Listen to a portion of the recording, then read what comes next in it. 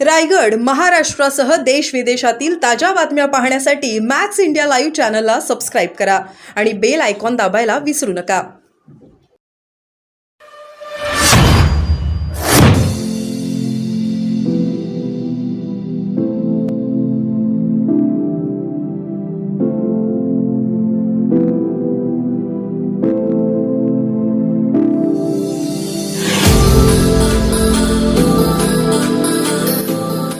Fame तर घेतो मी विचारतो ना सगळ्यांना माहित आहे एकच प्रश्न आहे एकच प्रश्न आहे नाना पटोले बोलतात नाना भाऊ, तुम्ही हो, हो. निवडणूक आयोगाकडे मागणी केली होती रश्मी शुक्ला यांच्या अरे, तोच बदलीच्या प्रश्न सुरू आहे ना. बाबतीत ती मान्य झालेली आहे। रश्मी शुक्ला यांची बदली झालेली आहे। मी निवडणूक आयोगाचं मनापासून त्यांना धन्यवाद देतो। पण ज्या पद्धतीनं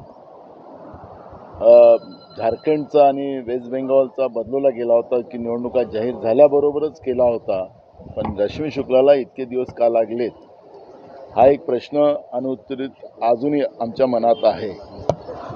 पण यांना आता त्या पदावरून हटवलं गेलं, पण त्यांना निवडणुकीच्या कुठल्याही या व्यवस्थेमध्ये त्या राहिल्या नाही पाहिजेत याची काळजी निवडणूक आयोगाने घ्यावी, एवड़ी आमची विनंती त्या ठिकाणी राहणार आहे। सर, हिंदी में बताइए, रश्मी शुक्ला को हटाया गया, आपकी मांग भी थी, क्या कहोगे? देखो, चुनाव आयोग का मैं धन्यवाद करूंगा। जिस तरह से एक आईपीएस पोस्ट पे बैठकर राज्य की पुलिस महासंचालक पद पे बैठने के बाद बीजेपी को सपोर्ट करने वाली ये अधिकारी थी, अपोजिशन वालों के फ़ोन टैपिंग करने का काम ये कर रही थी। इनके बारे में हमने कई बार कंप्लेंट की, इनके ऊपर एफआईआर था। राज्य सरकार ने उसको अपने चुनाव के फ़ायदे के लिए उनको इस पोस्ट पे बिठाया था। हमने चुनाव आयोग को कंप्लेंट की, एक बार नहीं तो 3 बार की, और चुनाव आयोग ने जिस तरह से झारखंड के डीजी बदला उस तरह से वेस्ट बंगाल का डीजी बदला, लेकिन महाराष्ट्र की डीजी को बदलने को इतना समय क्यों लगा, ये प्रश्न हमारे आज भी अनुत्तरित है। मैं इतना ही कहूँगा कि रश्मि शुक्ला को चुनाव से कोई भी संबंधित पोस्ट पे ना बिठाया जाए, यही मांग हमारी रहेगी। नेमकी काय तक्रार होती? फोन टॅपिंग मॅटर एकच तक्रार होती की काहीतरी शंका तुम्हाला होत्या? रश्मि शुक्ला ह्या भाजपसाठीच काम करत होत्या। त्यांनी आमचे विरोधकांचे फोन सातत्याने टेप केले होते, त्यांच्यावर गुन्हे दाखल झालेले होते। आम्ही राज्य सरकारला वारंवार सांगितले की अशा अधिकाऱ्याला महत्त्वाच्या पदावर बसवू नका, पण 2 वर्षाचं अवैध एक्सटेन्शन देऊन एकनाथ शिंदे आणि फडणवीसांनी आपल्या निवडणुकीच्या फायद्यासाठी या रश्मी शुक्लाला या पदावर बसवलेलं होतं। त्या तक्रारी आम्ही निवडणूक आयोगाकडे केल्यात। निवडणूक आयोगाने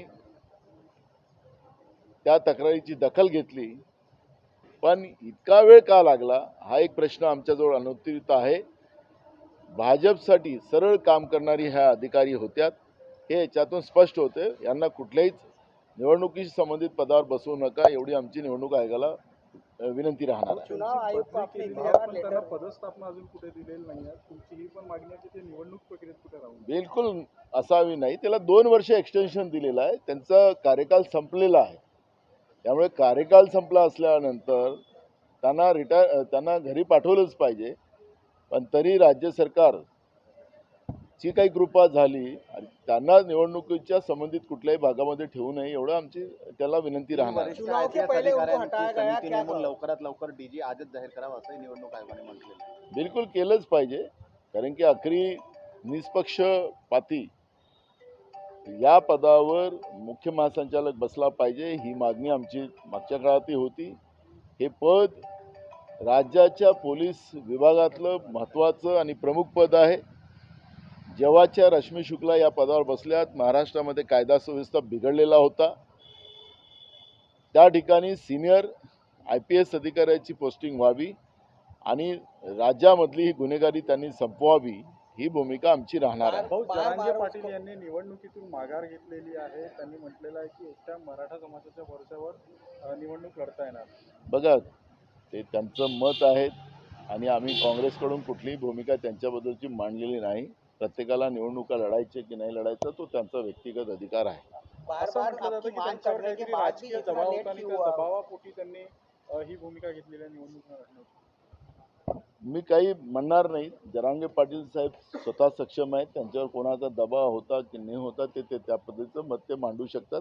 मला त्याच्याबद्दलची माहिती नाही. त्याच्याबद्दलचं मी कुठलं वक्तव्य करणं बरोबर नाही. इतना लेट क्यों हुआ उनको वहाँ निकालने उनको ट्रांसफर करने के लिए? मोदी जी का दबाव था, केंद्र सरकार का दबाव था. झारखंड का डीजी तुरंत बदला जाता है, लेकिन महाराष्ट्र का डीजी बदला नहीं जाता है. वो अवैध क्योंकि उनकी नियुक्ति जो की थी वो गलत थी. 2 साल का एक्सटेंशन ये पद पे दिया गया था, ये दे नहीं सकते. लेकिन सरकार ने अपने फायदे के लिए इस तरह की उनकी पोस्टिंग की थी. केंद्र सरकार ने उनको मान्यता दी थी. इसलिए मैंने मोदी जी के ऊपर आरोप लगाया. क्या अभी आप खुश हैं? हम लोग खुश और दुख की बात नहीं है. आखिर ये संविधानिक पद्धति से ये सब व्यवस्था चलना चाहिए. ये पद जो होते हैं आईपीएस और आईएएस पद जो होते हैं ये किसी के उपकार के नहीं होते. ये राज्य के जनता के हित के लिए होते हैं और राज्य के जनता के पसीने से ये लोग पगार इनको दिया जाता है. तो इसलिए राज्य के जनता के हित के लिए इनके माध्यम से निर्णय होना चाहिए, ना कि कोई पार्टी के लिए ये लोग काम करे. ये हमारी मानसिकता है और आईएएस आईपीएस अधिकारी ये जनता के सेवक बन के ही इन लोगों ने काम करना चाहिए. नानाभाऊ, आज अर्ज परत घेण्याचा अखेरचा दिवस आहे. महाविकास आघाडीची आणि काँग्रेसच्या बंडखोरी संदर्भात काल बघा 3 वाजेपर्यंत हे सगळं अर्ज वापस घेण्याची वेळ आहे. आता 12:30 वाजलेले आहेत. मला असं वाटतं की प्रयत्न सुरू आहेत. 3 वाजेपर्यंत जवळपास पिक्चर क्लिअर होईल. तुम्ही चर्चा करत आहात, संपर्कात आहात. आम्ही सगळ्यांसोबत संपर्कात आहोत आणि मला असं वाटतं की जवळपास विकास आघाडीमध्ये जवळपास सगळे विड्रॉल होतील आणि आम्ही आमोर-समोर महायुतीच्या विरोधात लढू. जो वापस नहीं लेगा फॉर्म उसके ऊपर कोई कार्रवाई की वो तो जाएगी? कार्रवाई होगी. किस तरह से किसी को भी बख्शा नहीं जाएगा. सबके ऊपर कार्रवाई होगी. वो बंडखोर ना बने और पार्टी के आदेश का पालन करें. रामटेक संदर्भात काय होणार आहे की सांगली पॅटर्न सारखं मुळकांचा फॉर्म कायम राहील अशी शक्यता आहे? चर्चा चालू आहे. त्यांना विड्रॉल करायला सांगणं.